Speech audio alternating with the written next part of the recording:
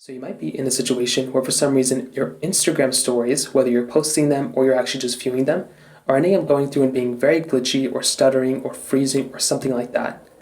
Now, this can happen for a few different reasons. The number one thing you're going to want to do here for the most part is you just want to make sure your internet connection is actually properly connected. Sometimes your internet connection can be weird or it can be flaky or something like that. So all you're going to want to do here is just make sure your particular internet connection is properly working fine and there's no issues with it. This in and of itself can be the number one issue you may run into. So double check that, and that's the first thing I'd recommend doing. It's just making sure your internet connection is perfectly fine. And if you do that and that's not working, you may want to see if there's an update available for Instagram. So what you can do is you can make your way over into your App Store, your Google Play Store, whatever you have, and you want to go and search up for Instagram. So click right into here and go and find your Instagram application, not Instacart, but Instagram. So you can search up Instagram just like so.